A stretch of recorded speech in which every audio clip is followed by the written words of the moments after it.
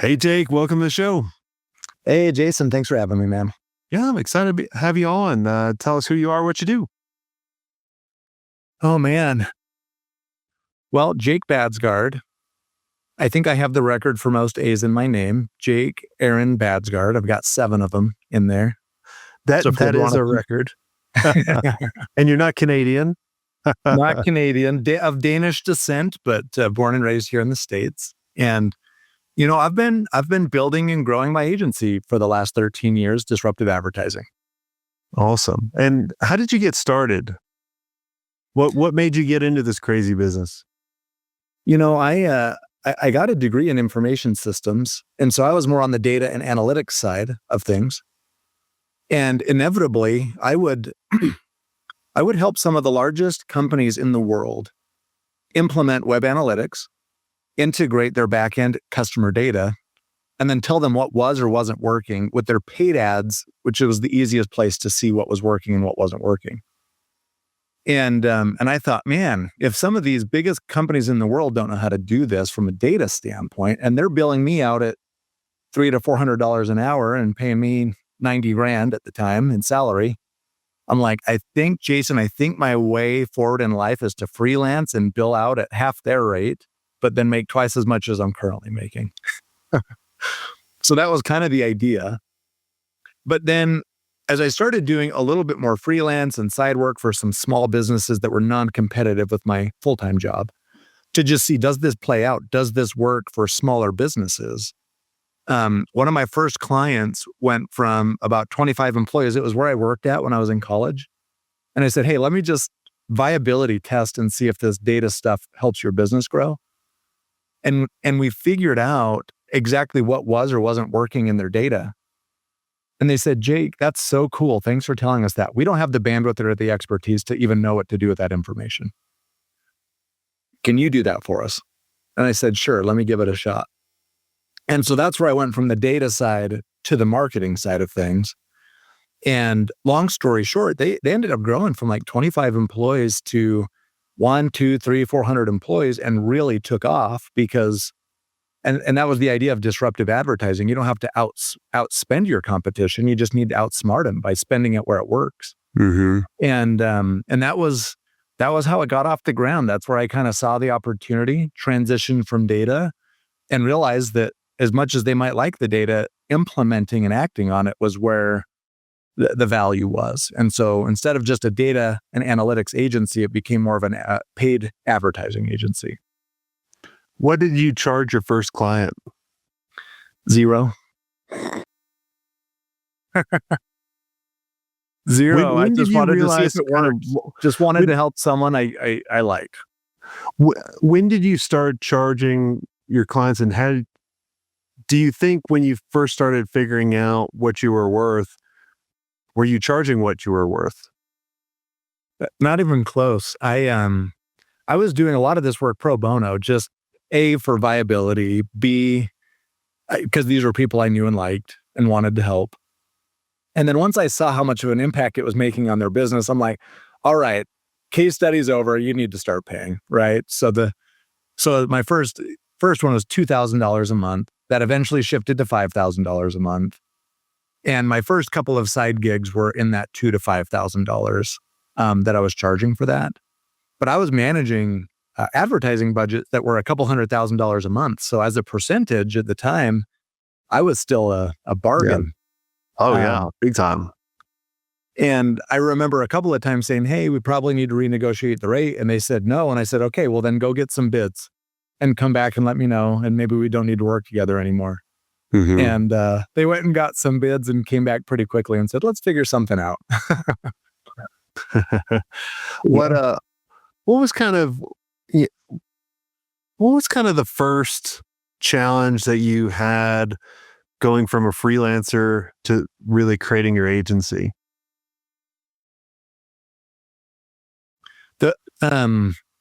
It's funny. For someone that got a technical degree in college, I've always been better at the marketing and sales side of things. And so what really limited me from growing and stepping into doing it more full time was my ability to just get help on the fulfillment side to make sure it was done well, executed well, communicated well. And so that's where I started, and ultimately just grew my bandwidth by increasing my ability to fulfill on my contracts so that I had more time to sell. Mm-hmm. And what were kind of your first hires, or were your first hires amazing, or were they a lesson? Yeah. Well, my first one was my high school best friend, Oh God. and actually a pretty solid hire. He and I have always gotten along because we're very complementary. He's strong where I'm weak, and vice versa. But and that worked out for a solid couple of years for both of us. But I did bring on a partner early on, and he's the one that kind of just gave me enough of a nudge to just go for it, you know. And but I realized 2 months in it was not a good partnership, and realized that we needed to part ways, and that I could go ahead and move that forward. And that was definitely a learning lesson for me because there was a lot of red flags, but for some reason, like I just didn't quite have the courage to go for it on my own. I just needed someone to push me over the edge. You know, did you? I assume probably not. Most people don't. Did you already have kind of like an agreement between the two of you for like in the event that you guys are going to split, to agree on like an evaluation and a buyout and all that kind of stuff? Or was it kind of, oh crap, I got in bed with this really nice friend and it didn't work out and we're kind of screwed? And what was that like? I give that younger version of me a big high five because I actually did do that. We sat down with an attorney before we signed all the documents and just said, okay, let's think through the beginning to the end and how we part ways if we do part ways. And so even though it was emotionally challenging, logistically, it was actually pretty simple. Yeah. What how does that work, or what were you guys thinking? You know, I've heard the shotgun clause of like, hey, if we were both in partnerships, you know, if you wanted out, you would say, hey, Jason, I want out, you give me 100,000, but then I can come back and say, no, I don't think it's, you know, I want you to buy me out, and then you can kind of flip the clause on it.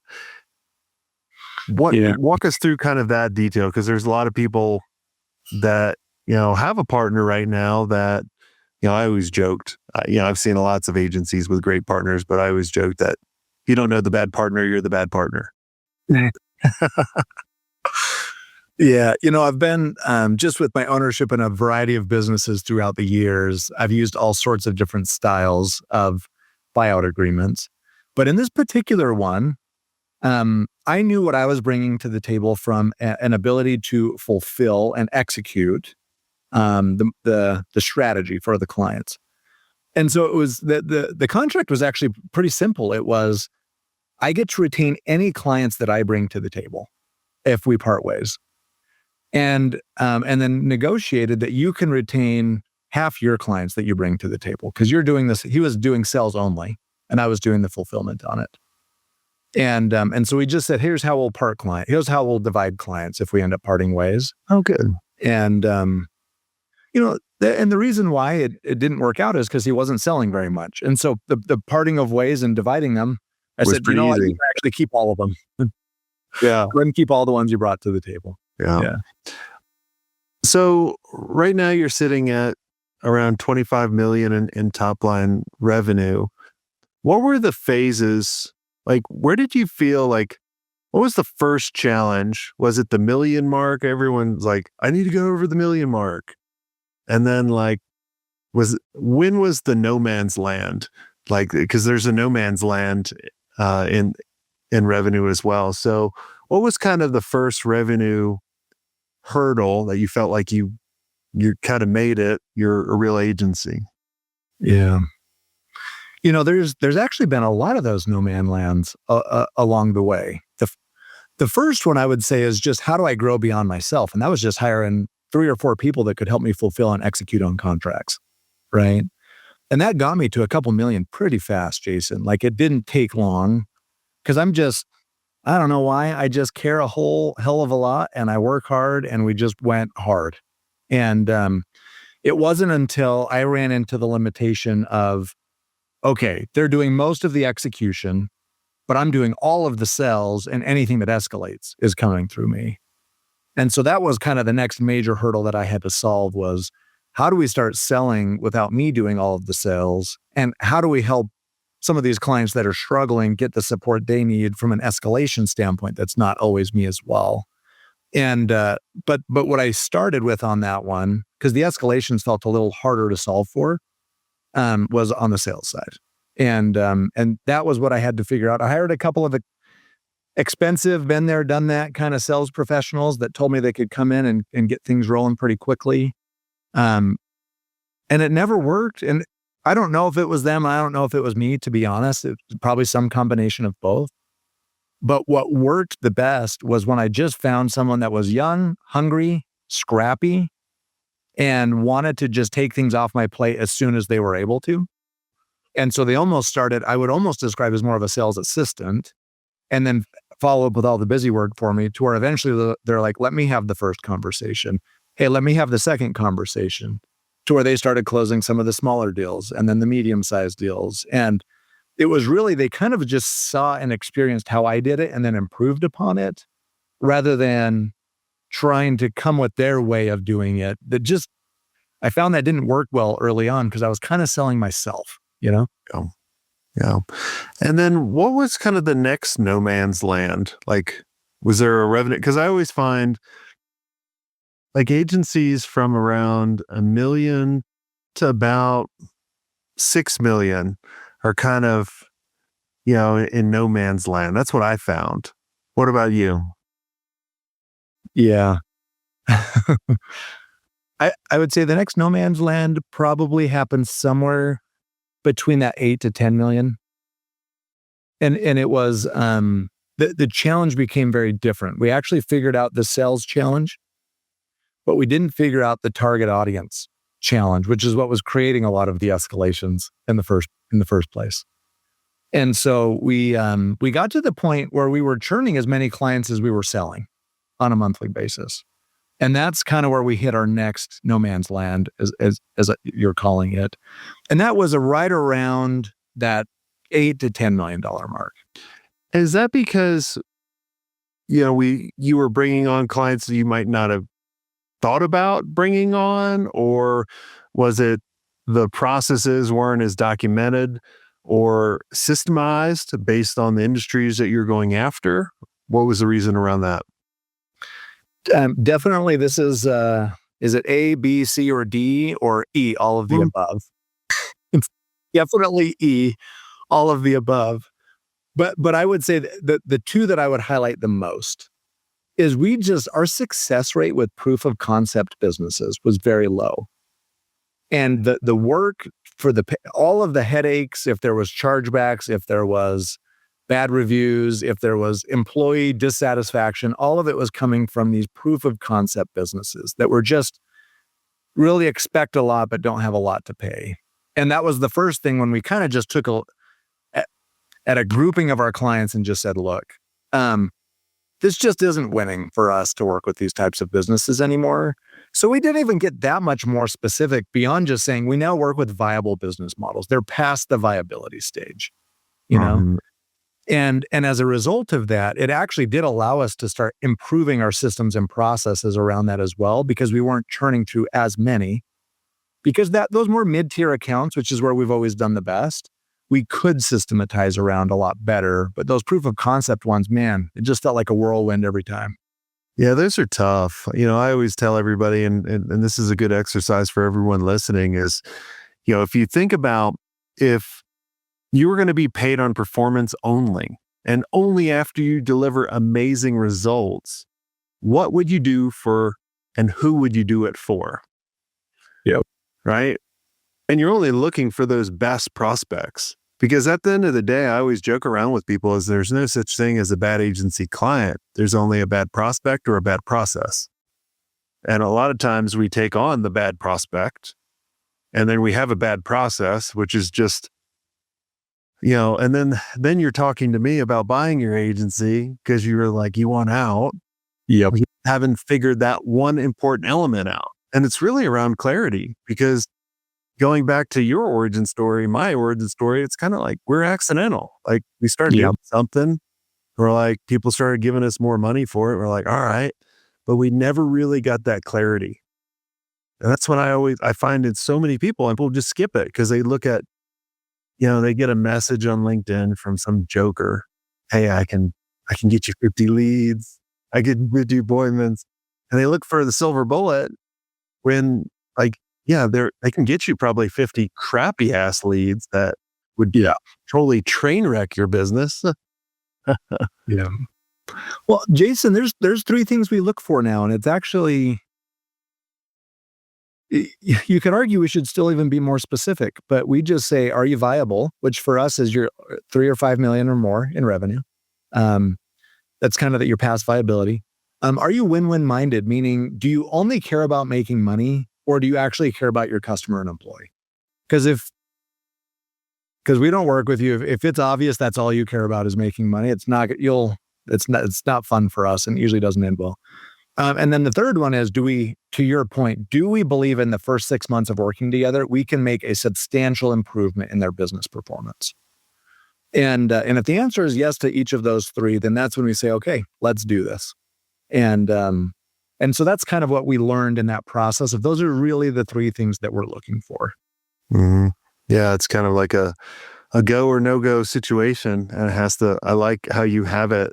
We have to answer these 3 questions, and they all have to be in the green. If any of them are not, then we, move on. And I really feel that that's when a business has gotten to the next level, because they have that clarity, and then they can say no to the wrong shit that totally distracts you. Because I mean, look, business is hard, especially the agency business.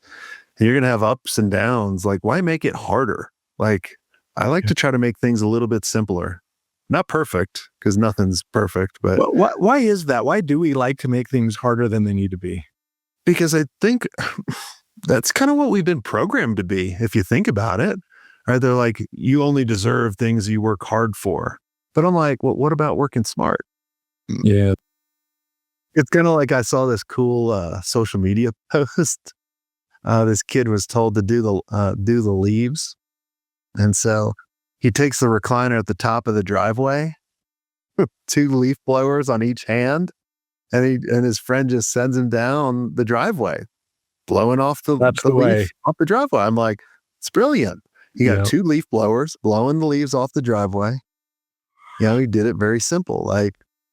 But we want a challenge, I think too, right? Like, I treat business as a game.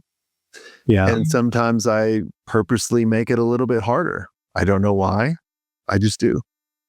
Yeah, I know. I ask myself that because I don't know. Sometimes is it so I can feel good when I overcome the challenge, or what is that?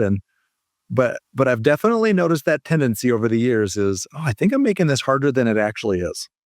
Yeah. I was chatting with an agency doing work for us, and they were writing some copy and some ads and that kind of stuff. I said, you got to make it simple, like dumb it down. Why are you trying to make it so complex and tell everyone everything in just an image?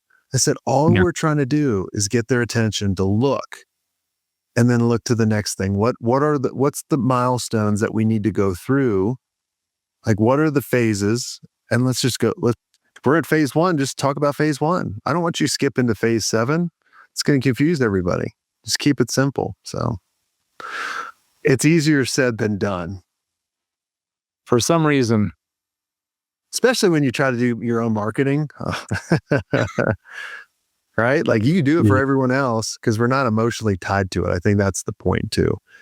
And a lot of times when people join our mastermind or work with us, I try to figure out, like, what's the emotional decision and what's the right decision, and have them see that.